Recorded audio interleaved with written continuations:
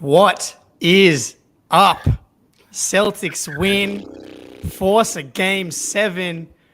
Welcome to the Celtics Late Night Show. We are first to the floor. Derek White saves the day.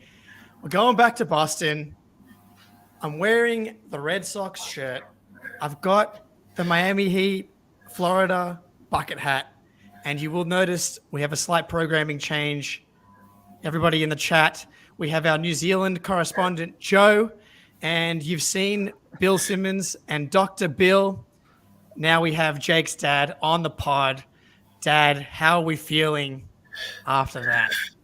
Well, probably ready for bed now. Man, that was, even though it's not very late, I was exhausted after that game. So, went around the block, flew out the cobwebs, came back, had some lunch, and ready to chat some Celts. Joe, how are we? Our Kiwi correspondent, feeling good?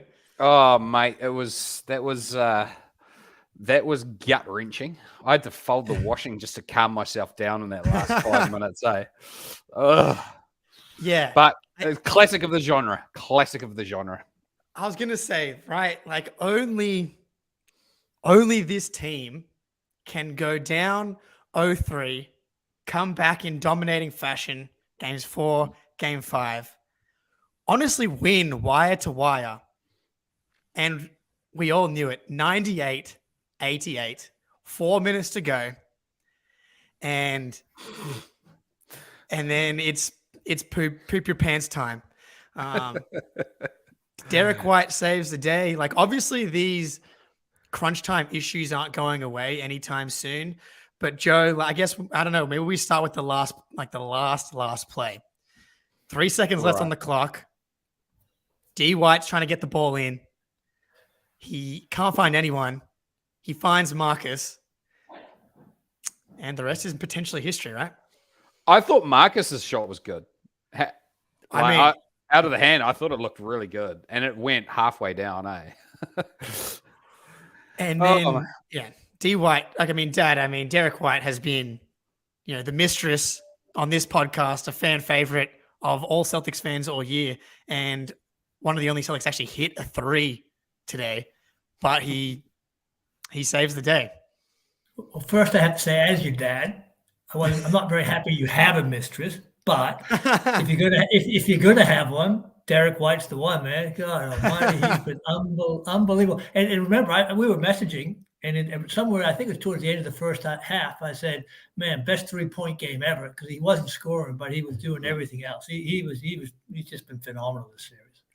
And I think that's been what we've been missing a little bit from Derek. It was not only was he not maybe being aggressive or finding those points, but he wasn't making the Derek White plays, whether it was getting block shots, drawing a charge, whatever it may be. But for whatever reason, from game 4 to now, to where he makes the play. And when you have a guy, it's almost like a microcosm of the Celtics' chaotic energy. Marcus is the one who shoots the 3, and Derek is the one that puts it back in. Like, it always seems to find Marcus at the end of these games, for better or worse. And Derek White seems to be finding his way into this stuff. And I know, Joe, you've been a Marcus Smart truther since the beginning, and we've been right. So Derek White, talk about D. White and just his ability to come through and clutch here. It's just pressure to error, man. I'm going to try and coin this phrase as hard as I can. And Derek White's pressure to error ratio is just off the charts. And that was why was he in position? Because he was putting pressure on. In fairness, Tatum was also right there as well.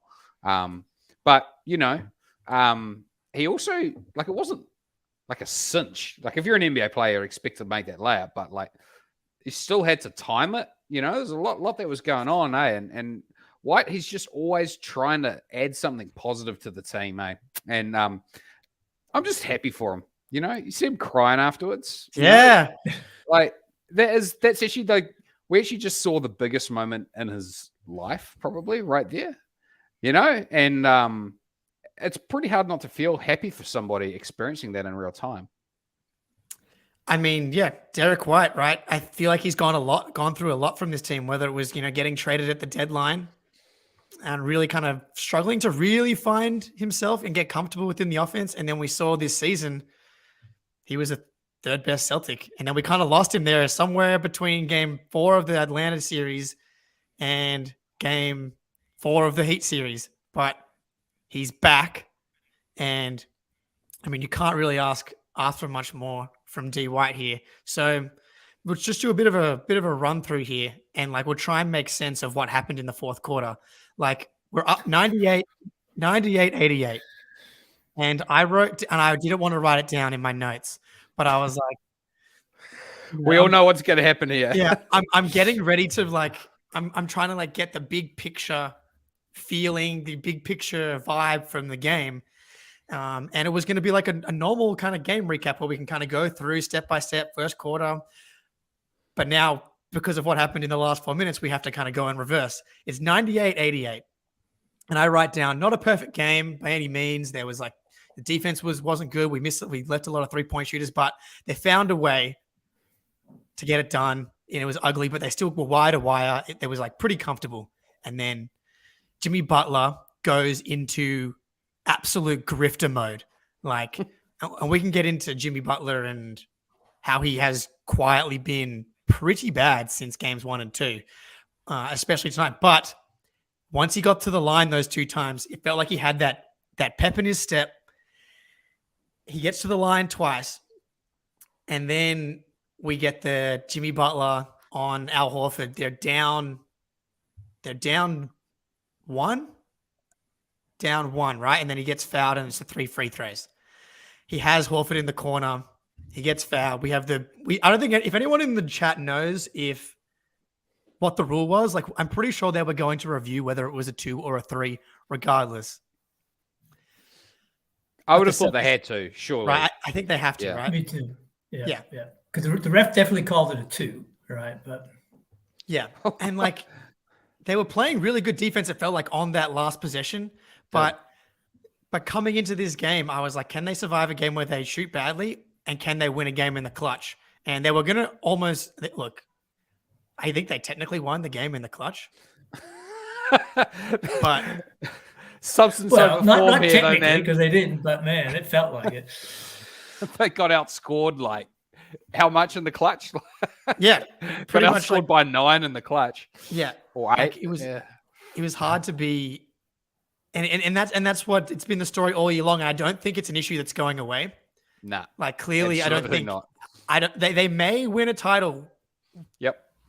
But this problem is not going away in this season. But they survive. It feels like, how many times have we actually scored when we're down 1 or down 2 with 3 seconds left? Feels like never.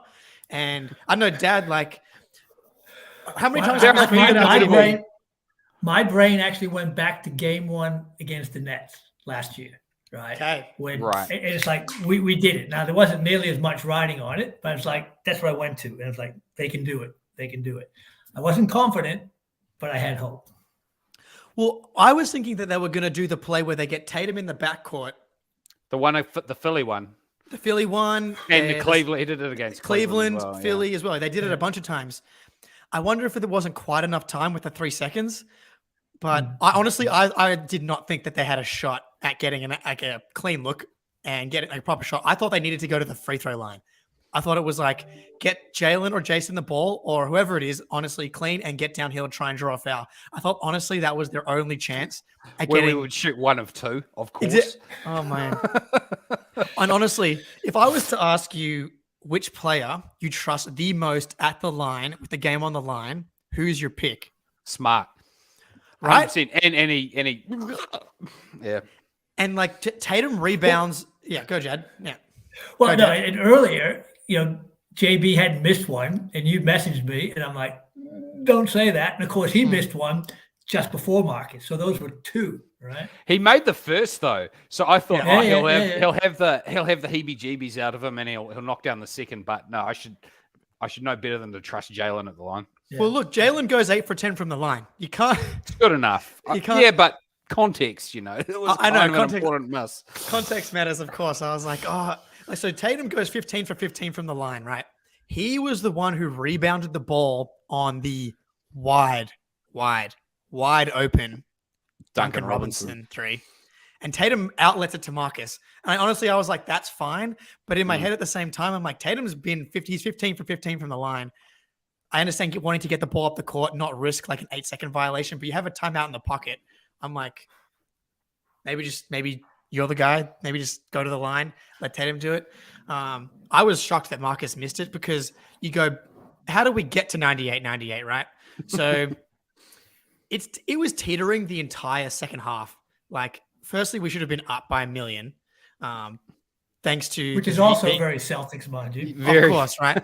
Well, I saw on the Twitter time, like, the Heat also lead the league in how is the score this close? Like, how are the Heat not down more? How are the Heat in this game? It's just what they do. And like, if I tell you that Jimmy Butler and Bam Adebayo can't hit a shot for the first half, and Jason Tatum has 25 points in the first half, you think we got a bigger lead. Alas, we don't. And it's teetering the whole second half. But then the Buffalo hits a big 3 early in the fourth quarter. And it's like, okay, at least someone else is hitting threes. And it's Derek and Marcus, of all people. And we have that weird Jalen 4-point play where he gets fouled 2 shots.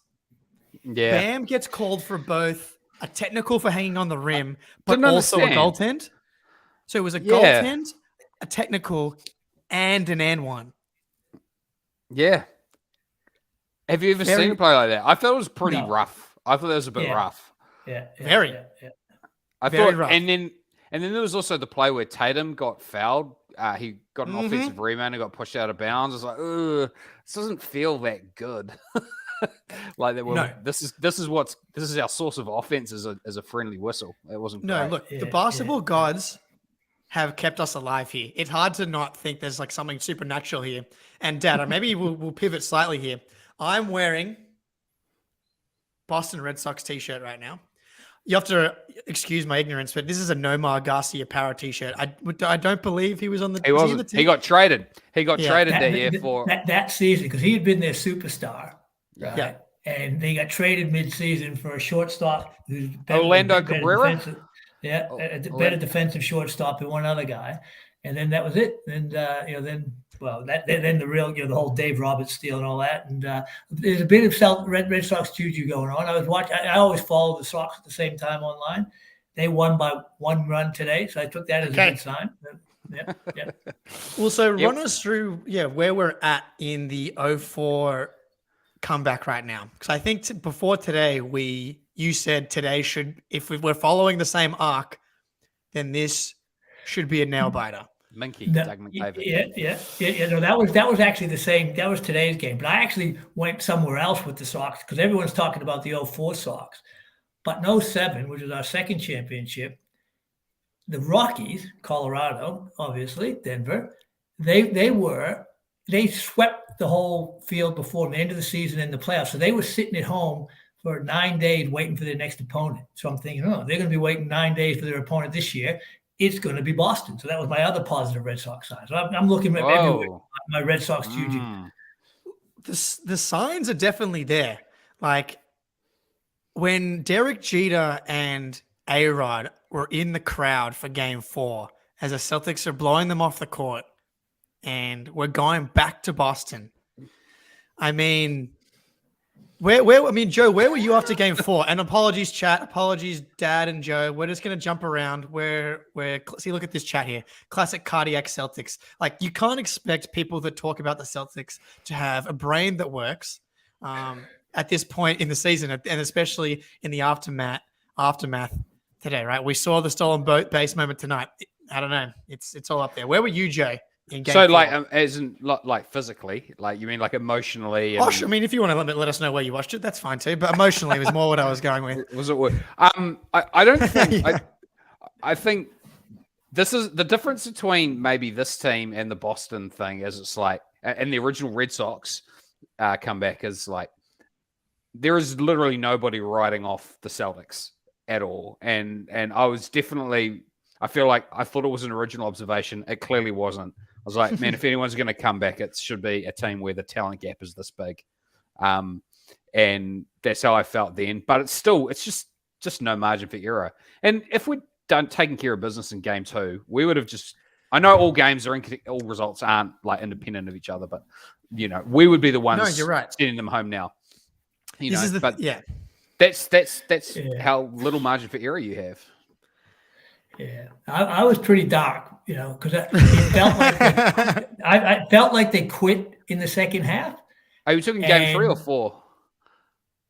No, game 3. Sorry. Yeah. Oh, game 3. Oh, sorry, Jake. I might have had to give you the game 3. No, I'm going to hold. No, the answer's the same. No, the answer's you're basically right. the same. Game 3 was a dark place, and we can even ask the question now, Dad. But like, where were you amidst the let going of the rope? I was just, because it was the whole, hot take, flip flop. I hate it, but I was just so disappointed that after all the hard work and everything they've been through, that the narrative that they would have to live with after that, because it felt like Joe had lost the locker room. Because that's the thing, you're never inside the locker room, you never know what they're really talking about. And I'm like, wow, can they come back from this? And after the game, I still thought, I think they can win the next game. I wasn't looking too far ahead, but at that moment, man, that was bad. That was dark. It was just. I'll tell you, this is the actual thought that formulated in my head after game 3. I was like, I'm just going to have to listen to Bill Simmons and take my medicine. Mm-hmm. I didn't want to. That's what it feels like when you listen. Yeah. Yeah.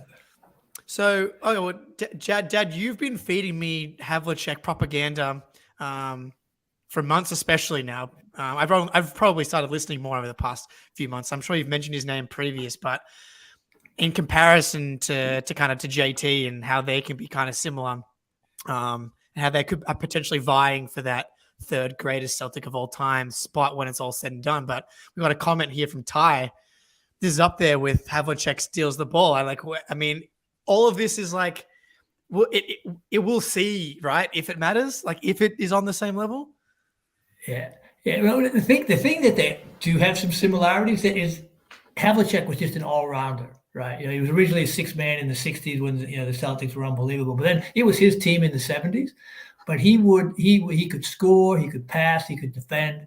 He played small guard, small forward. He was unbelievable.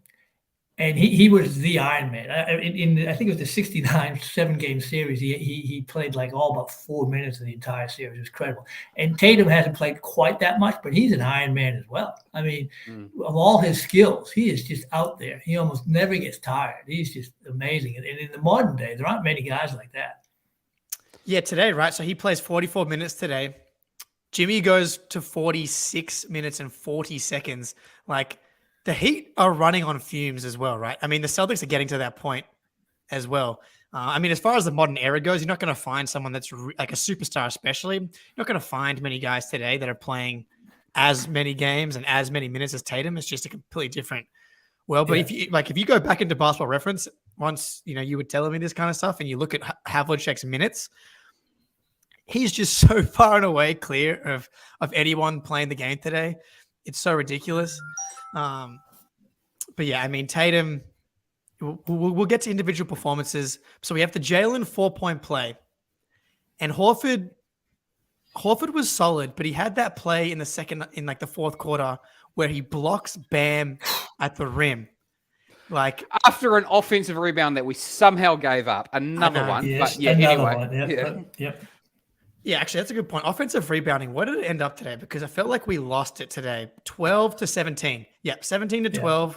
We had definitely had some key offensive rebounds ourselves, but this... Yeah, like the last one. Oh, we're so selective. I was like, yeah, I remember. Yeah. That one. I don't know how that was not the first thing that popped in my mind, but yeah, Derek White, pretty key offensive rebound there. Yeah. At some point. Look, Al was not the best on the boards, and that's always going to be like not his strength, but he has that block on Bam, and then we get out in transition. Jalen goes to the line, gets fouled, goes to the line, makes them both 8-0 run, and then come back the other end, and Duncan Robinson hits that like contested. That's what's crazy is that Duncan Robinson hit that like 30-foot contested 30-footer shot to end the 8-0 Celtics run. And then that brought it back down to 5-ish. But then D White again hits another 3. So of Derek White's 3 threes, 3 from 7 for the game, 2 of them came in the fourth quarter. Like Derek White's fingerprints were all over this game. Like even like you said in the first half, amazing 3-point half. But he followed it up with like clutch.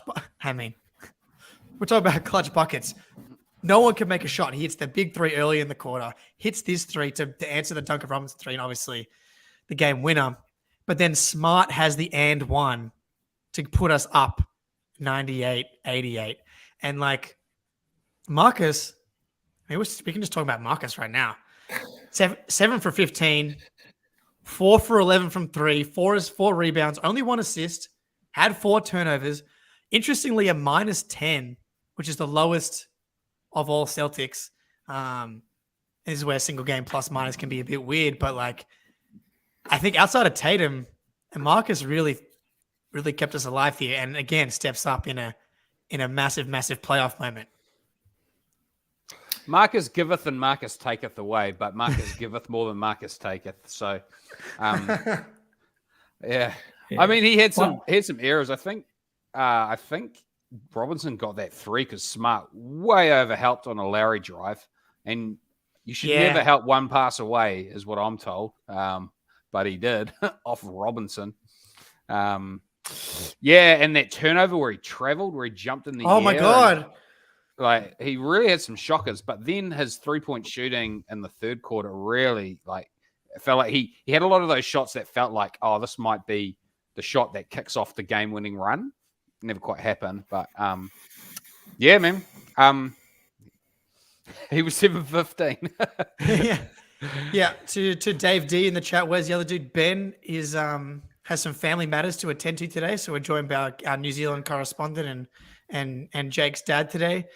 But yeah, Dad, I mean Marcus, like, yeah, I thought it's sort of about midway through the second quarter, he called a timeout on the floor because we were blowing our coverage on the threes. Yeah. Oh. And we came back out and we were so much better. But then in the second half, Marcus blew 2 rotations at least, and it led to open threes. So he, as you said, Joe, he giveth and he taketh away. But that's the Marcus experience. I'll take Marcus on my team any day. He's a magician. It's all part of the package. And this, me too. These are the swings, right? And hand up. After game 3, was it game 3? Me and Spoonie hopped on here, and the question was like, if you want to shake up the core, Marcus is probably the way that you do it because you're not going to be more likely than not. I don't see Brad trading Jalen. Marcus is kind of the guy. Like if you want to change the fabric, like if you're concerned about the fabric of this team, then Marcus is probably the direction that you go. Like the guy that's billed as the heart and soul. You know, we love and trust Marcus even in, his dark moments. He's had that many moments in this playoffs. How many playoff games? And he was the only guy that could make a 3 in the first half. And he was confident too. He's like pump faking. You've got Caleb Martin flying by, splash, like just absolutely no problem for Marcus. Hey, his greatest attitude is his confidence. It's the thing that makes him people close out on him, even though everyone thinks he sucks at shooting. They still close out. You know why they close out? Because he doesn't hesitate to take the shots. And you just have to live with that. You just have to live with that. You have to live with the misses and the mistakes born of, I guess, overly intuiting what's happening out there. But he makes very different types of mistakes to say Jaylen Brown. They're very different in character. Anyway, we don't need to get into that. No, look, I mean, we can do it. We have plenty of time for a psychoanalysis of Jaylen Brown and Marcus Smart, but it is. I don't know about you guys. It feels like we obviously won, and it feels like we got away with something here. Like, yeah, we should. I have, right? So last season, the Heat Celtics Game 7 in Miami, the Celtics did the same thing, right? Mhm. And Jimmy misses the three to go up one with, I forget the amount of time. I think it was like 7 seconds left or something. At least, maybe even 10, yeah. Yeah. And who was guarding Jimmy then? Well, this is the thing, right? Al Horford. And I wonder, like, was there something in Jimmy's mind where he was like, it felt like Jimmy went for the three. He did go for the three again. He went for the three again. And on Horford. And for whatever reason, he didn't attack Horford again. And look, Horford was great on Jimmy at the rim. Everybody was great on Jimmy at the rim. But, this time, Jimmy makes the three, hits the 3 free throws. And the Celtics, honestly, one of my biggest pet peeves about people talking about how the Heat were 1 Jimmy made 3 away from going to the finals was the Celtics having 10 seconds left. Yes, you would have had very, very, very low confidence on the Celtics actually scoring with those 10 seconds left. And today is a perfect example of why you have very low confidence and why they would score, because they ended up with a Marcus Smart turnaround in traffic that needed a Derek White buzzer beater follow-up to get it done. But it's very interesting, these parallels between last season and this season. But this year, the celebration feels a little similar. The difference is we're not going to the finals quite yet. We have one more to do, Joe. It's hard to ignore like the narrative parallels, right? Like, I don't know if you saw that Bill Simmons tweet where, well, it was, I don't even know his last name. Ken Tremendous is his Twitter handle. And he comes on and he described exactly what was going to happen in the last 5 minutes. The Celtics go up 10, Butler gets fouled twice, which, by the way, is exactly what happened. And then someone else makes a 3 and you're up 4, and and all of a sudden the knot in the stomach has tightened. And it just happens like that all the time, eh? And it's hard to ignore. And I think that's why maybe people say things like it, where they were a Jimmy Butler 3 away from going to the finals, because they just expect that the story will eventually surely result in a Heat and the Celtics finally tripping all over their own feet enough to faceplant before reaching the finals. But look, let's also zoom out here. We are way more talented than these guys. So yes, we've got no margin for error from coming down 3-0, but the Heat have no margin for error on a talent basis game to game. They have to have Gabe Vincent and on a dodgy ankle and whoever else is, and Caleb Martin doing that. They can't get away with it if they don't. Well, I mean, Joe, you say we have the talent advantage, but like famously on first to the floor, right before the playoffs started, we had a Skip Bayless, Shannon type debate between you being concerned that the Heat were a problem and me completely being like, they've been terrible all year. They are the 26th worst offense in the league. Literally the only teams they're better than are the worst 4 teams in the league that are like clearly tanking. Like if you're 26th in anything in the league this year, that means you're last because the other 4 teams are not trying. I mean, if you ain't first, you're last. Exactly. And like Jimmy Butler and Bam Adebayo, the only talent they have, I mean, at this point, you kind of have to just accept that Gabe Vincent and Caleb Martin are more talented than what we think, at least right now.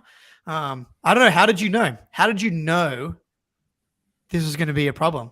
Did you think it was a Celtics specific problem? Was it just a Miami Heat? Like you and Bill Simmons were on this, the zombie Heat.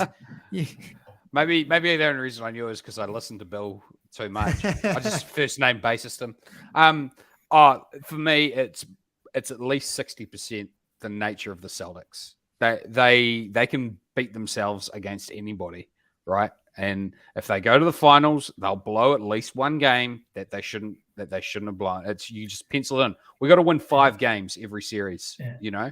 We've got to beat ourselves once as well, you know. The only team they've actually not had a game they've beaten themselves was in the net series. It's like the only one of both playoff runs where they've just won every game, and even then they kind of got away with one. So here's my theory that I'm trying to build out, which I think makes sense. Well, I'm trying to explain why we see what happens in these particular series, and I think Butler has a way of giving his teammates confidence. He has a way of keeping them in games, right? And that creates chances for random things to happen, like Gabe Vincent hitting a bunch of threes, or Max Strus knocking down something huge. And I think that puts the Celtics in particular in a vulnerable situation, because the Celtics need to put games, like we need to blow teams out, and we can't quite blow the Heat out.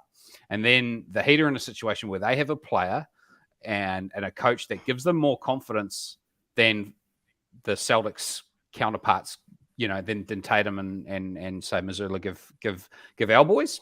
So we get tighter, they get looser, and all that has to happen is for them to be within 10 with 5 to go, and we see what happens sometime. But we did enough to win, so oh well. It is crazy, like that number, 10 points with like 5 to go.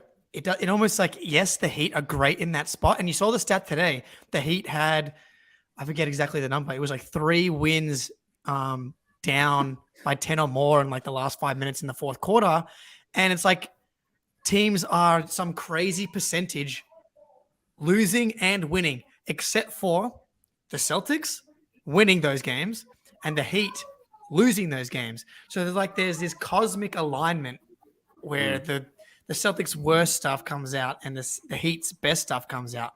And on that point, I think this is a good time. Ben's not here, so I have to remember to do things. But our sponsor, FanDuel.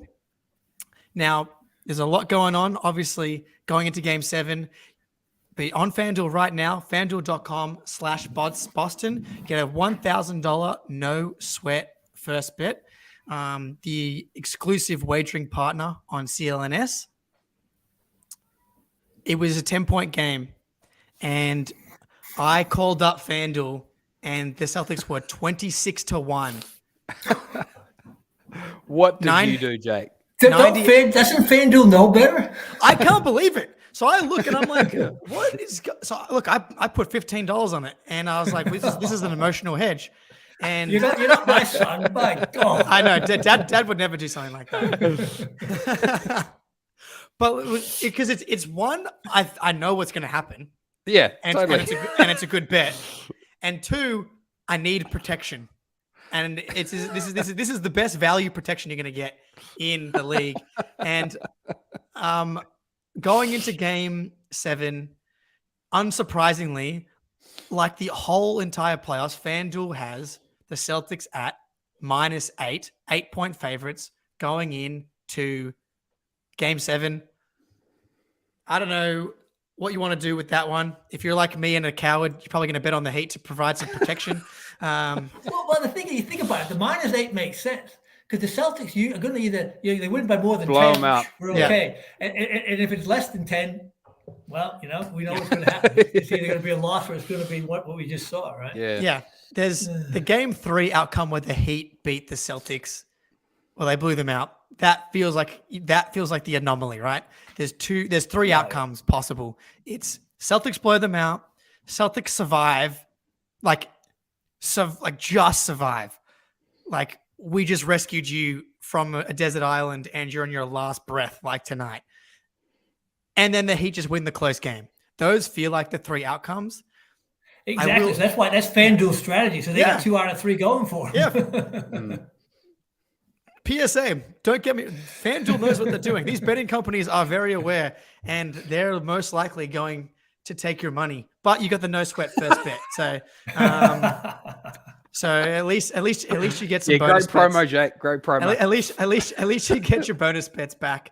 Well, let's rewind a little bit because I feel like we've done the aftermath, the fourth quarter. let's look at the whole game as a whole.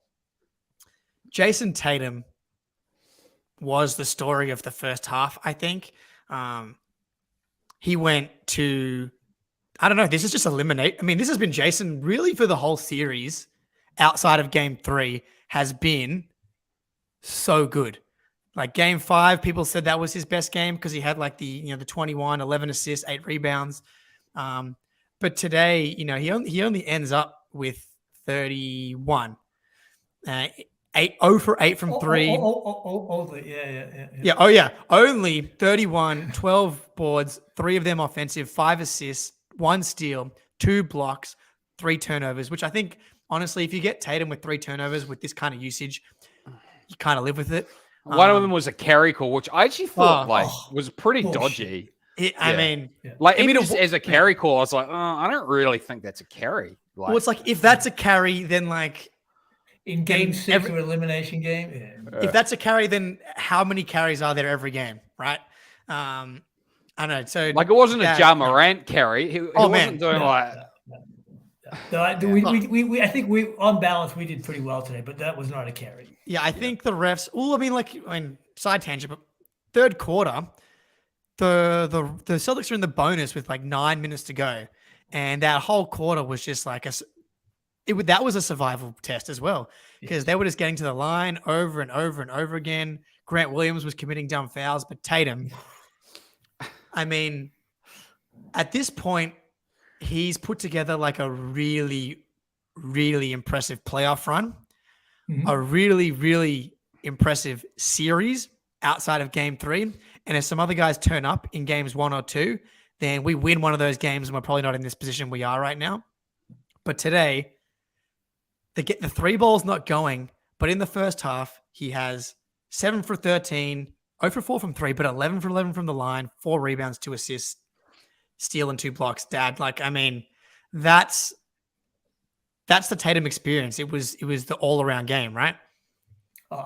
And his moves to the hoops that half were just that one teardrop when he took off practically from half court, slithered through. I mean, that degree of difficulty. He made a drop shot as well, which he doesn't do that many. He was just everything except the 3 was working for him. He was magnificent, and his D as well. Right, it was just been great the whole playoffs. Yeah, I thought the first, he's a tone setter for the team, right? And when he's aggressive and looking to get to the rim, I think we play our best. That shot you're talking about where he took off seemingly from half court, he just roasted Butler on that. Just roasted him. And I wrote in our chat, I was like, oh man, Miami looks absolutely gassed right now. And they called timeout. And I thought, man, I think I even wrote in the chat, I thought, oh man, there's blood in the water now. I thought we were going to push that out to 20. They came on back. And part of the reason is Tatum, he wants to shoot the 3. I think this is, he wants that sidestep 3. And it's just not always optimal. I think good things are always going to happen for the Celtics when he's getting 2 feet in the paint with the ball. And what happens from there is fine, whether it's a 3 or a fadeaway or a shot at the hoop. I don't mind. But I think the intent from Tatum is really important for setting the tone for the team. So hopefully we see. It looked great. First half, I thought, man, we look strong. I'm going to be honest. Go, Dad. To me, the other big picture thing that we haven't mentioned yet, besides obviously the end of the game, the Heat literally had twice as many points from 3, which is our game. And so outside of the 3, we had to play pretty much not a perfect game, but a fantastic game, and we did with the defense and everything that we did. Otherwise, we wouldn't have got to that last minute. Yeah, there was actually heaps to like in the game. There's heaps to like. Oh yeah. Look, that's what I'm saying. Like when I started to build the big picture, feeling the vibe, the story with 4 minutes to go, up 10, a lot to like. Yeah. And even to be in a game where the Heat shoot, and look, the Celtics defense was not great, I don't think today, right? I thought the effort was there, but the execution was not. The Heat ended up going 46.7% from 3 for the game. But you look in the first half, they were 60%, 9 for 15. And they weren't getting too many threes up, which is a good sign for the Celtics defense. But like Jalen lost Vincent twice on those threes, right? Yeah, those 2 blown switches, that was really obvious. Yeah. But back to Tatum, Zachary Payon in the chat here. There was that stretch where he just went absolutely nuclear.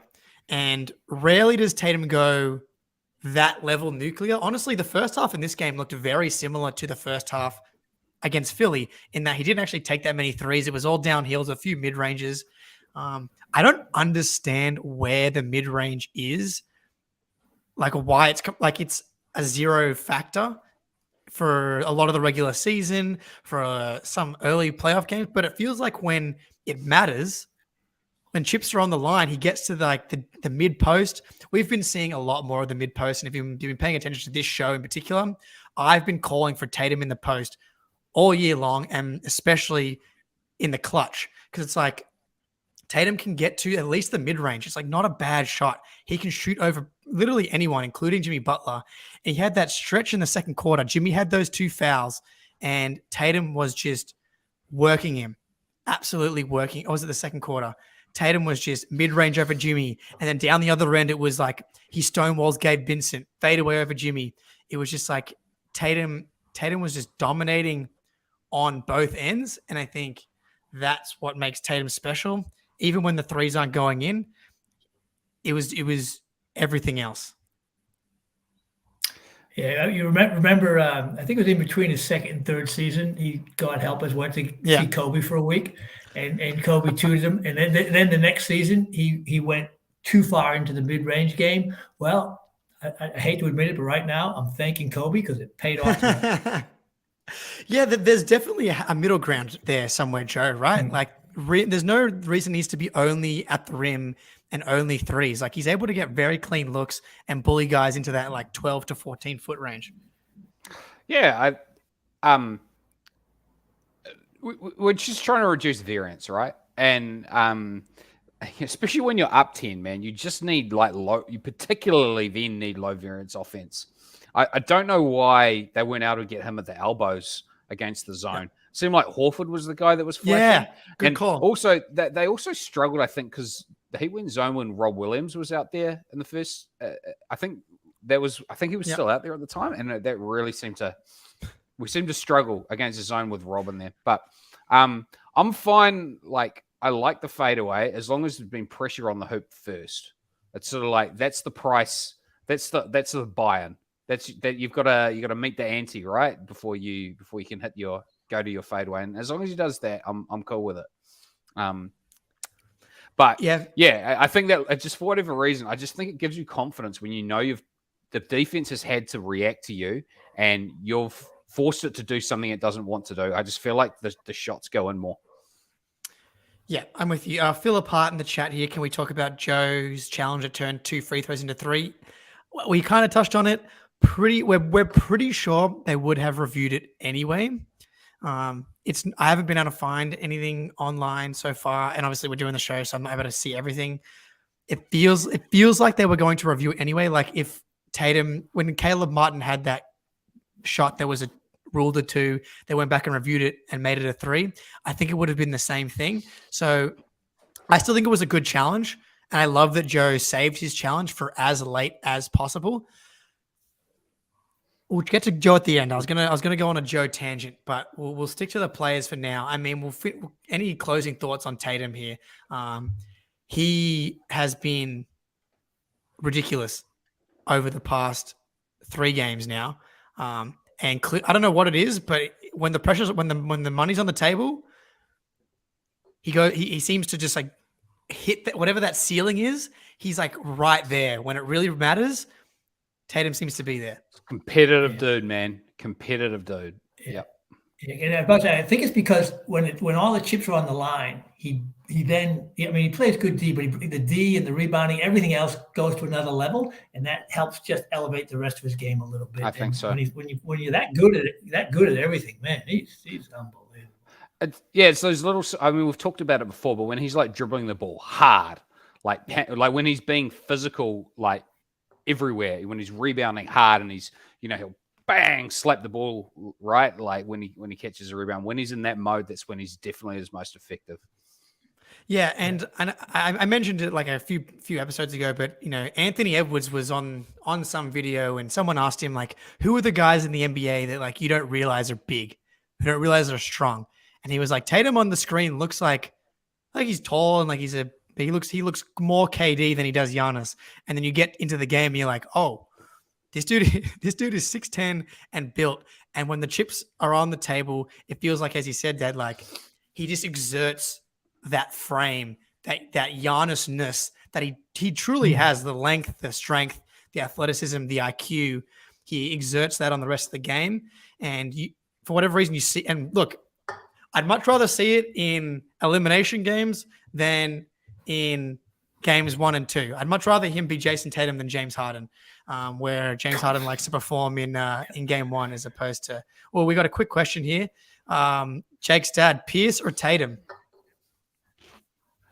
As long as they don't ask me about Hondo, I'm okay. I mean, we're a little bit early in his career, but I think he will surpass him, right? Because putting aside one title, he just has more of an all-round game. He really does.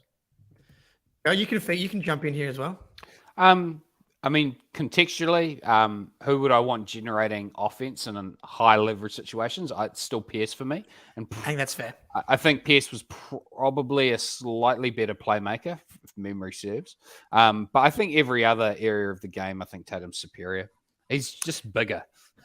Yeah, for one. And I wonder if if we would have had to see Pierce in his age 24 season, which is what Tatum's in right now, which was 2001, and so that was the stab season, right? So maybe we give Paul a year to recover, and so we look at his age 25 season to see what his playmaking looks like. But yeah, I think I actually think Tatum's already a better playmaker, to be honest. Really, he's man. Some of his passes. You think about that touch pass he had last game, and the one he whipped over his head to Horford a couple games ago. I mean, he's just going from strength to strength. Maybe the first 3 quarters you give it to first 3.5 quarters you give it to Tatum, and maybe it's not even playmaking, but Paul Pierce and Dad. Honestly, I have a memory. It was like Celtics Heat round one, 2010, right? Yeah. And one of my best mates from high school, Ed, he was over. It was us 3 watching the game, and it's 6 seconds left. Pierce has the ball on the right wing, and you just know that he's going to make that shot.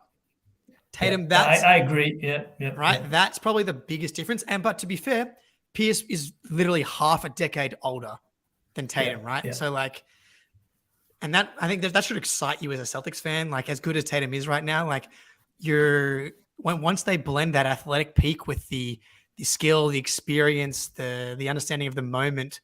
The problem is we're trying to win. We have the opportunity to win a title right now. And it's like, are we going to be able to overcome some of Tatum's like understandable shortcomings like in this moment? Yeah. And going back to what we were talking about before, if he can blend that bring back just a little bit of that mid-range game, not so much for the regular season, but for the playoffs, man, he's just hard to top. Now, eye test wise, if I could just throw this in, I think they're very different kind of athletes. And Pierce was really balanced. And one of the things that Tatum's gotten in trouble with, less so this season, the classic is the spin move where he's like, and also he gets a lot of offensive fouls, Tatum, because he chicken wings guys because he's too far over, his nose is too far over his toes. Pierce those sort of things, I think, add to your consistency and your ability to generate like a clean look. It doesn't mean you're necessarily a better overall player, but that would be the thing that's different about them. To me, the difference in athleticism, that Pierce is a more balanced player, just physically more balanced, whereas Tatum tends to want to extend, whereas Pierce would to me is more ground bound, and as a result, he probably drew more fouls, to be honest. Look, I think the chat's we're all kind of on a similar page here. It's like this version of Tatum and the actualized version of Pierce, like you can have a really good discussion about, but I think that's what's exciting, right? Is it like this is not the actualized version of Tatum quite yet. Now, the other Jalen Brown. I feel like we got the full Jalen experience tonight, right? It was clutch buckets. Like you look at the box score, we got a pretty good game. Let me pull it up here. It was 26, 10 boards, 3 assists, 2 steals. You got the 4 turnovers, 0 for 4 from 3, 8 for 10 from the line. We had the foul trouble, obviously. I'll throw to you, Joe. Like, where were you? I know Jalen's been a point of contention at times for all Celtics fans, really. But how'd you feel about JB tonight? Yeah, just similar to Tatum, but more so. He needs to be aggressive. If he's not playing aggressively and not playing quickly, he's bad. Like there was a foul that Strus took on him, the offensive foul on a fast break. That's a mistake, but that's the kind of mistake I want him to make because I know the mentality he's playing with. And I think if he's playing with that mentality, which he was tonight, I think we as Celtics fans, we've got to live with the result because he will deliver more value than he takes away when he's playing like that. And I think the offensive rebounds he got were probably also indicative of his mentality. Dad? Yeah, I know we're going to get to Joe later, but I'll give Joe a shout out here in that I think we all agree we don't love seeing Jalen initiate the offense, but to give it to him at the beginning of the game and get him into the game headwise, because he started 5 for 5 and he was locked in. That brings out the best in Jalen. Yep, he made some mistakes, missed some rotations, a couple of mistakes, but if you get he got us off to a good start, and overall he was good, right? He was second scorer, and a lot of big plays in the fourth quarter when we needed him. He was there again. I'm a Jalen man. I think he suffers because he's always being compared to JT. He had a good game. He really did. Yeah, look, if you he had a better game than Jimmy Butler, right? I was going to say, look, if you were to offer me Jaylen Brown's game that he had tonight for Game 7, I don't know. Are you taking that? You bet. Yep. You bet. Yep. Yeah, and I think that's right? Like this is what Jalen is. If you need efficient scoring, and look, Jalen's giving you efficient. He's giving you like best scorer in the league type scoring on good efficiency most nights. It's when he's not giving you that is when it feels worse, because when Tatum's not having that big night, and I've just done the thing that you've said everybody likes to do, Dad, in comparing him to JT, but it's like when Jalen's when he's not scoring, he's not doing as much as JT is. But tonight, like the 10 rebounds, 5 offensive rebounds, 2 steals, and I think we should see that more from Jalen, right? Like we should see the big rebounding games that we see from Tatum. That JB, he's not quite as tall and not quite as long, but he has the athleticism to get into some of those nights. The foul trouble definitely gave him trouble, right? Like he was, and someone like Jimmy Butler, I feel like obviously Jimmy didn't have a good game, but you trust someone like Jimmy Butler or Tatum, I think, with foul trouble a little bit more. There was that one play in like the far corner to start the third quarter where Jalen like goes for a loose ball and it ends up being like heat ball, but it was like this close to a 4th foul. And it was like, we don't need you to just don't put yourself in those spots. Yeah, but the thing is, he has to play with that mentality to be. I know that's the thing. So I'll take the fouls. I almost see the foul trouble as a positive sign because it means he's being physical, he's being aggressive, and that's going to be an optimal way for him to play, despite the negatives that have to come with it. Yeah, look, I think, honestly, I feel like there's almost less to say about Jalen. I think what's great is that I don't want to say he's back, but he had a rough first 3 games in this series, and he's been, I would say, Game 4, Game 5, Game 6. I'm not sure if this game or last game you would say is the better Jaylen Brown game, but because this is Game 5, right? Game 5. This is Game 6. Let's try and pull up the Jalen box 21 last game. Yeah, I feel like this Jalen 9 for 18, 3 for 5. Maybe, I know maybe the 1 turnover last game. So this is 2 games in a row now. Jalen looks a lot more like himself. And when Jalen's looking like himself and Tatum's going like he is today, the Heat shouldn't have a chance. They shouldn't. The problem is that no one could hit a shot to save their lives today. Like literally, Can you guys guess how many people made a 3-pointer today? How many I could probably Celtics? count them. I know Smart made one. I know I know Derek White made one. Who the hell else made one? I don't remember Horford making one. I don't remember. That's it. Yeah, That's it.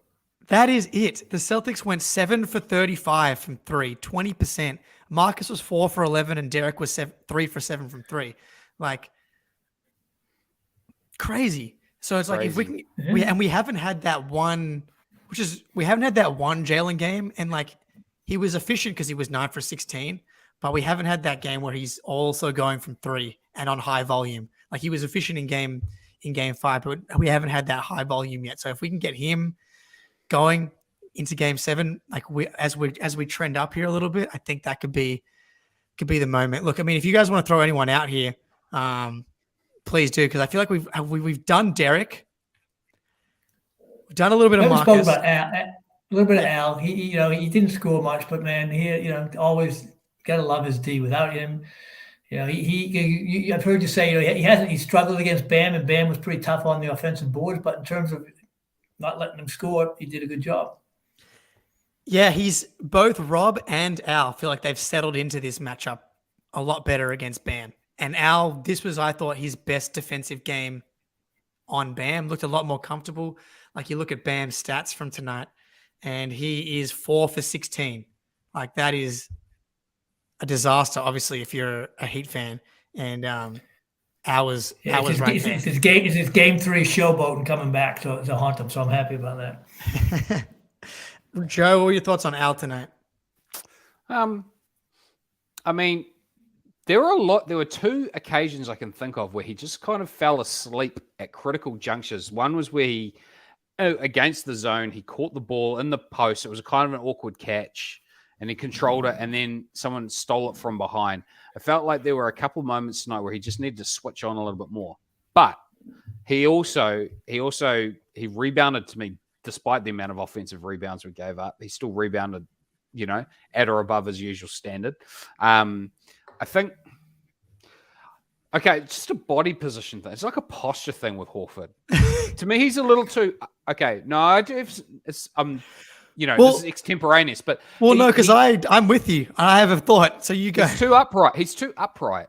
And when he's upright, he's not thinking score, right? He needs to get a little more in a stance. And I also noticed, and it may be by design because I'm not an X and O's expert, but it feels like he's stationed up on the high post, and he can get kind of stuck there.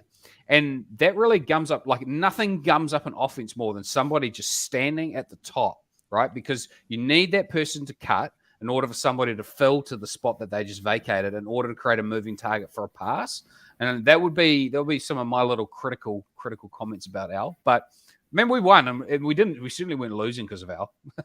We certainly weren't, it wouldn't have been his fault if we lost. Yeah. All right. Either Dad, you jump into Al, and then we're going to do Grant next, but I really have to go to the bathroom. So you guys carry either Al and Grant for a couple of minutes, and I'll be back in a second. I'll probably have to go by the time you're back. Sorry, Jackie. Oh, you can hang on. I believe you. Well, you could hang on. Yeah, you would think so. But back to the zone, and we were talking about the mid-range game. You would think Horford. A little bit more of but Horford, because he at this point in his career, he's a 3-point shooter. I mean, every time he starts backing someone down, like he's going to miss a little jump hook, right? So I don't want to see that. But if either of the Jays get the ball at the high post, they could turn, either fake a mid-range drive, and then they're going to collapse on them, and then someone's going to be open. But they never seem to go to either of those guys when the zone's chunking them up. That's the dumbest thing, and I think this is one of the problems with Tatum initiating the offense. If he's initiating the offense, it means he's got to go against the entire zone, right? Whereas if White's got the ball, Tatum be off the ball. We just need Tatum to catch it at the foul line, and that zone goes away. Yeah. It can't work because I think Tatum's a great shooter, and I think his 3-point shooting percentage is probably undersell, probably because of the types of 3-pointers he takes. But I think he's a fantastic catch and shoot shooter, particularly. And the trouble is he's handling the ball too much to me against the zone. Just let him catch in that especially against the mid-post. zone. You're right. And they know it's there, and the Heat when it's at the most crucial juncture, they're going to break it out because that's about the one thing they got that really junks up the Celtics offense. Yeah. And tempo-wise, we just crater when they go to zone, and that's probably also a function of, hey, we need to get the ball to Tatum. I don't think he's not, he's not quite Binky. We do, but as you said, not at the top of the play. No. Yeah, we're just sorry, Jake, just to recap you. That's right. Me and your dad, we've agreed on what should happen to solve the zone. Yeah, so let's get the Grant, get that out of the way. Okay. And look, we got a lot of new listeners over the past couple of weeks here. Joe and myself interviewed Grant's dad at the beginning, like just before the season. Preseason, if you remember, you go back, Grant was showcasing all these new skills. Back when Ime was the coach? Honestly, it was borderline. Honestly, it was borderline. And we were kind of talking about Grant. Is he going to be that borderline $20 million player? The roller coaster of Grant's season has been wild, in perfect alignment with the rest of the Celtics throughout the playoffs. He's been pretty good, though, when Grant has played in the playoffs.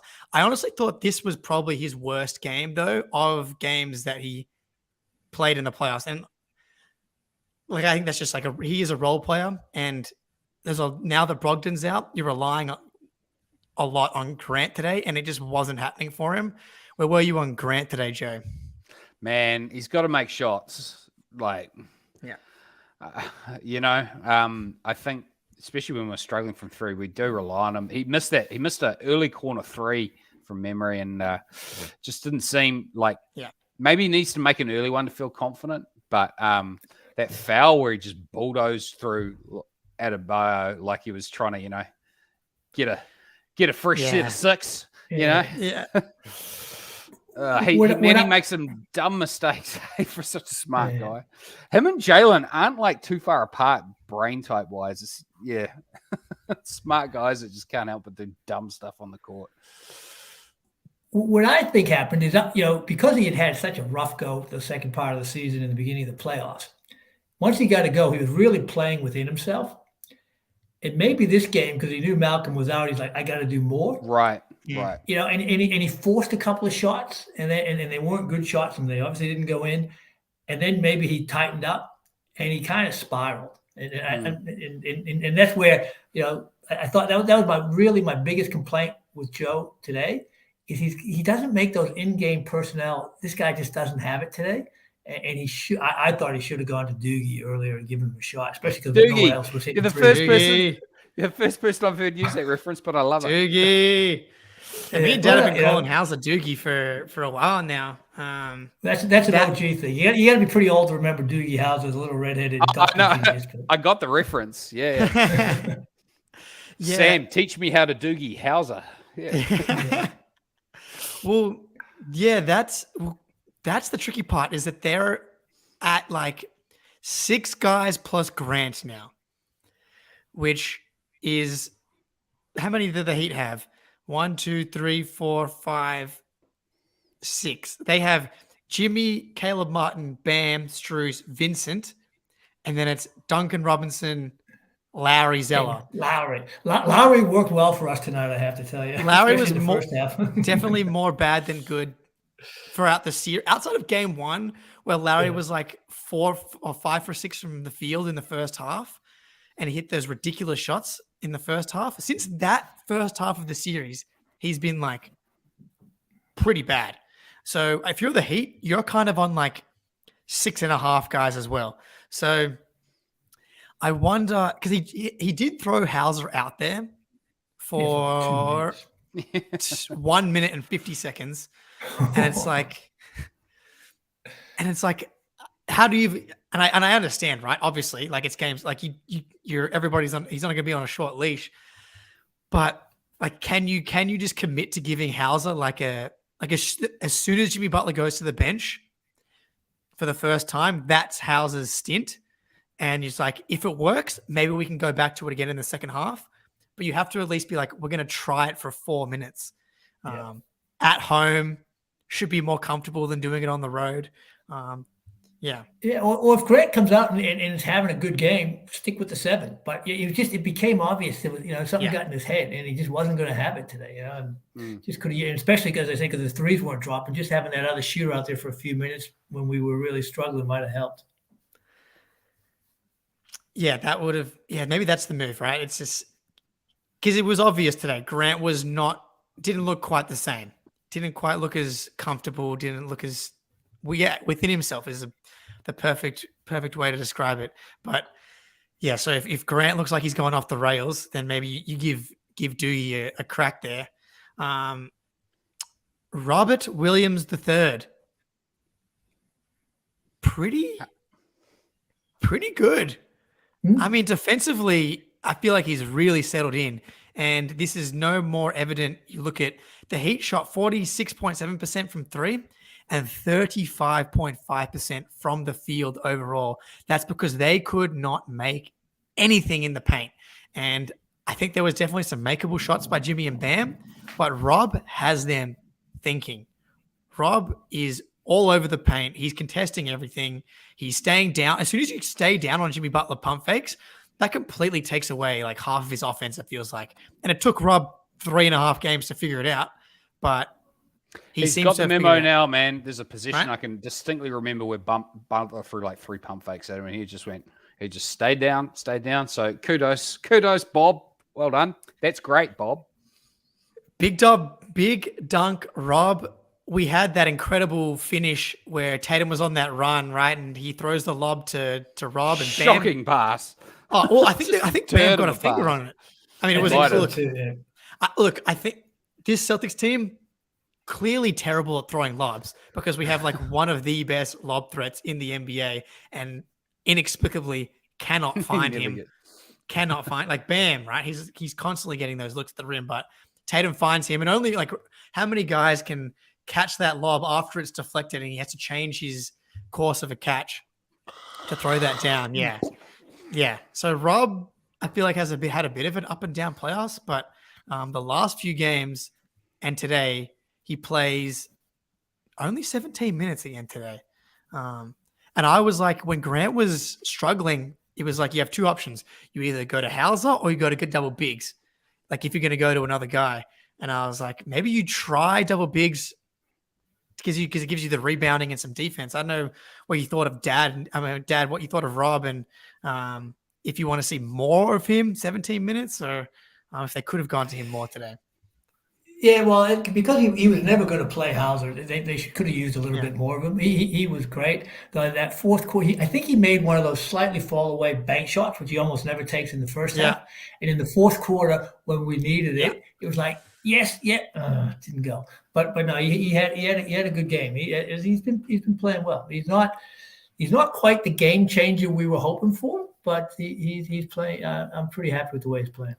Yeah, I think coming into the playoffs, I was someone who was like, if we have a healthy Rob, that just takes us to a whole another level. And like the couple of weeks leading into the playoffs, Rob was like, there was signs of what Rob looked like through the playoffs last year when he was actually playing. But yeah, it's been not quite to that level this playoffs, but this one's not as great a matchup. You think about it, even when they have Love out there, not that he moves around much, but he'll sit out there on the 3-point line, which is not what you want for Rob. And then if they don't have Love out there, it's Bam and all shooters. So it's not the greatest matchup.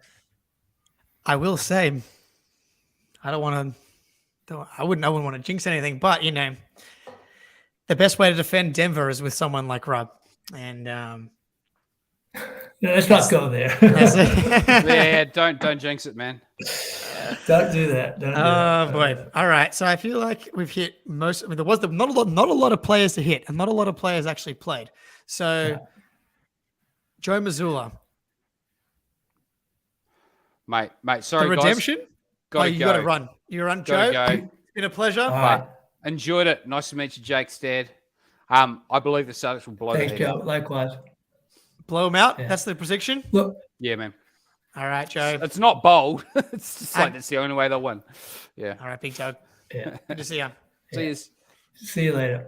Yeah, look, I actually want to give some props to Joe. Everyone's been pretty hard on him. I definitely have had my moments with him, no question about it. But I thought today was one of his better games. Outside of I thought the whole Grant thing I already mentioned, but I think he called his timeouts well. I mentioned him getting Jalen going early. I thought he did a solid job. He definitely. I mean, he's completely changed his timeout strategy from Game 4. It literally took until Game 4 where he saves. And John Zanis, the co-host of the Garden Report, he's who's the guy who stole the base in Game 4 of the Dave Roberts. Yeah, Dave Roberts. Yeah. That he was saying was the moment in this series, in that Jalen's like in the corner, they're on this run. Heat's kind of fight back, and he calls a timeout, and the Celtics score and then go on from there. The timeout thing has definitely been the most obvious. I thought that he's been really good, and then today, and obviously, like, it's a tough spot to be in because if you can't play Grant, what do you do? And I was like, Joe, you have to try. I thought he had to try something else, whether it was Hauser. I hesitate to say PP. I don't think this is especially when Jimmy's playing the 47. Like, there's no non-Jimmy minutes. Yeah, and I think Hauser actually, I wouldn't say stand up to Butler, but he'd stay in front of him, and for a few minutes he'd be okay, whereas PP would have no shot. That's the problem, is that if Jimmy's playing the whole game, you can't play Pritchard, and especially in this game where you're doing such a good job on Jimmy, you cannot give Jimmy an outlet where he might be able to get comfortable against Pritchard if he goes on the court. So I'm like, you have two options. Yeah. It's either Hauser or double bigs. Those are really your only two options. And I thought he should have tried one of them just because Grant was really, really struggling. So that I thought was the only thing that I didn't like from Joe. But he saved his challenge. The timeouts were he's hitting the timeout, which is like, the more obvious thing as a fan is that timeout usage. But I thought I feel comfortable with Joe. I mean, like, to rewind. Yeah, go on. I was going to say, talk about rewinding. If we go back to where we started the part in the last play, I don't imagine the original play was designed to go to Marcus first. So I don't know what it was that wasn't open. So I don't know what he drew up there. That would be my only other criticism. It worked, so I can't criticize it. But it was, that was the play. That was the play. In and out three from Marcus. Derek White follows a shot and goes in. From what I can tell is from like the post game stuff is that it was supposed to go to Tatum and then it was supposed to go to Jalen, but the Heat, Spo, I have no doubt was all over it, and Marcus was the outlet.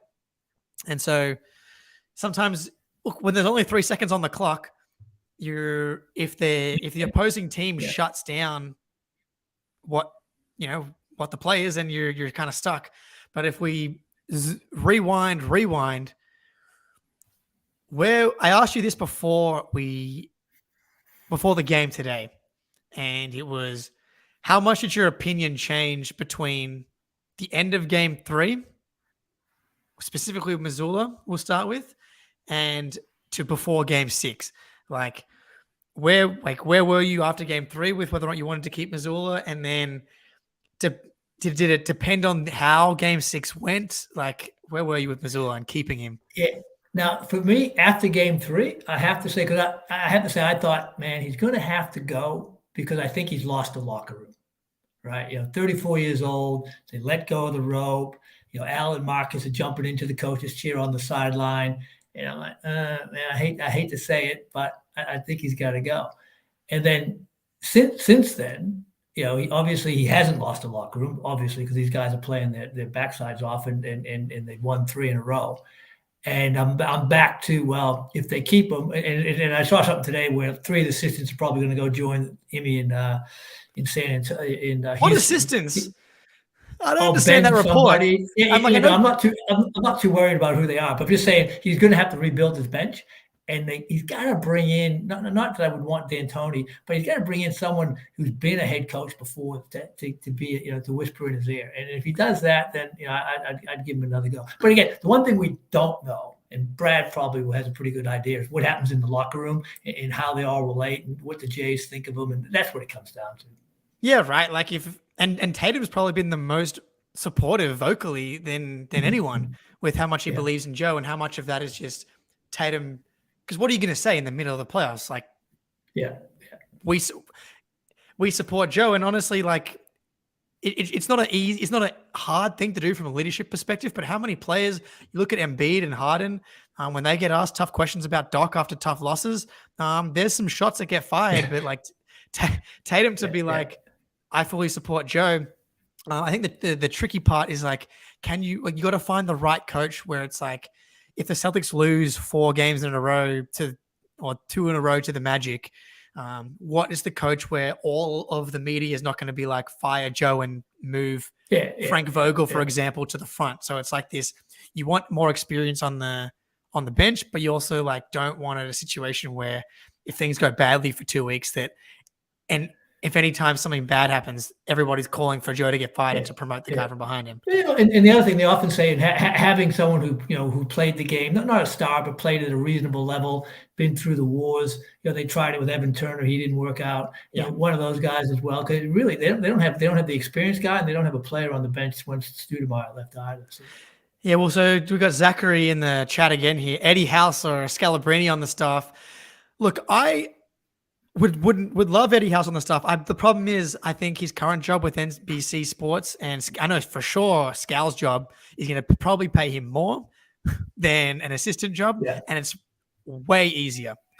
There's so much less, so much less work involved with being a broadcaster than there is with being an assistant on like an NBA team. So it's like, well, can you get someone to work part-time? Honestly, it's like a culture-y guy that's a player, because these guys that have made real money, like Evan Turner did it for a year, but he was like, it's so much work. He even said it's so much work. And I got paid $74 million. So it's like, I'm just going to do this podcast. Like what, I can reach out and come around. So I don't know. I don't know if you can throw the bag at KG and get him to work 1 day a week for the Celtics, but I imagine he's making plenty of money where that's not a problem. Yeah, Vogel and Silas, those seem to be the 2 guys that are rumored. My only concern with Vogel in particular is that, like, looking over your shoulder thing. Silas, I don't think anyone's going to be like too like, oh, because what Silas done as a head coach, all he did was just get fired in Houston. So you don't hate, you don't have to worry about that aspect of it. Yeah. Okay. Yeah. But he was a top assistant before that. I just saw today the Bucks hired some. Yeah, they didn't go for an experienced coach. They hired so who has a lot more experience than Joe when he took the job. But someone with at least the experience of Silas, doesn't have to be as much as Vogel. But Vogel said, "I'm doing this for 1 year," and that would take some of the pressure off. You still hear that background crap that you mentioned, but you wouldn't want him around for more than a year, because then that would always be there. Yeah, we're going to hear the background crap regardless. Okay, well, before we wrap up and get out of here, we're going into game 7. Confidence level? All right, my prediction, right, going back to FanDuel, I'm going to say Celtics in 7. Why 7? Because by I don't 7? want to win by 7, right? And because you said the Lions -8, right? Yep. In that, I want to go in to the last 7 or 8 minutes up 17, knowing we're going to blow 10 points. And so 17 minus 10, I know you don't like your math, 7-point win. That's where I'm at. I think we'll come out well. I think we have to shoot the 3 better. But the Heat, one thing about Jimmy, he ain't going to quit, and they're going to give it one last charge. So I'm hoping we're up enough that we can blow that 10-point lead and still win by 7. So we'll still get a bit tight, but don't get sick like I did today. Yeah, if we've learned anything, we need to be up by more than 10 with 5 minutes to go. That seems to be like the absolute dead zone.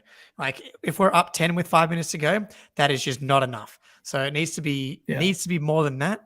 Great call from Z Gamer. Elimination Celtics versus at home Celtics. Battle of a lifetime. We will say the last time the Celtics played at home, it was domination. So we can hope going into that one, we feel good. Look, the Celtics are 5-0 in elimination games in the playoffs. So we got one more. get in the ice tub today. Yeah. I have a Game 7. A revisit from Game 7, Grant would be handy. A revisit from Grant would be very handy. So, if the series ended today, who wins the Larry Bird Trophy? If it's a Celtic, is it Tatum? Has Derek White snuck his way in there a little bit, or no? No, it's pretty clearly Tatum, right? Yeah. He has been, honestly, he's been so good. All that, there was that stuff earlier in the Sixers series that he blew away the end of the Game 6, and then obviously 7. He's ever since then, he's just been unbelievable. He's had, as you said, he had a great series. Any help at the beginning, we'd have wrapped this up. Nah, it has to be him. Can a Heat player win the award? Is it Jimmy? Because even if the Heat Caleb win, that's what I'm saying. Like if the Heat actually win the series, it's clearly Caleb Martin. Except if Jimmy wins Game 7, it'll be Jimmy. If Jimmy has a big Game 7 and that's the reason they win, then Jimmy gets it. But if, for example, you replicate what happened today, Caleb Martin wins it. Yeah, I think he does. If it was a replay, so to speak, and they won, and he had that sort of game, he deserves it. Right? No question. Not Bam. And Jimmy was good early, but he's no. All right. Well, if we've learned anything about the Celtics, is that they're not going to quit. It might take them just honestly way too long to really flip the switch. Whether it's Game 6 in Philly, down 2 with 4 minutes to go before Tatum wakes up, or it's down 3-0. Down 3-0. We are now the 4th team in NBA history to force a Game 7. And the only one I saw today that has the home court advantage in it for Game 7. So, let's hope history, 2004 Sox, here we come. Only this Celtics team could do this to us. And look, we're going to be here after Game 7, win, lose, but I'm with you. I think I said before Game 6, if the Celtics win Game 7, Heat are in trouble. And we're going home, all the momentum. I'm hoping Jimmy Butler finally cops some crap. Like if Jason Tatum had these 3 games in a row, we'd be hearing all of it. Absolutely all of it. And not to mention the fact that Jimmy Butler's called that they're going to win both games, Games 5 and Game 6. We'll see. Well, we appreciate everybody hanging out with me and Dad. He's the reason I am a Celtics diehard. He didn't pass down any of his mathematics skills, so you can. I don't know what happened in that gene jump, but that's why I can't provide you guys with the hard hitting stats. Dad, thank you for filling in for Ben today. We'll be back for Game 7. Everybody, thanks so much. Follow us on YouTube at First to the Floor. Subscribe to the podcast feed. We're going to be doing shows not on the CLNS feed as well. So if you want to catch us outside of this feed, make sure you follow us on the First to the Floor YouTube and Apple Podcast, Spotify. Let's go Celtics. Let's go.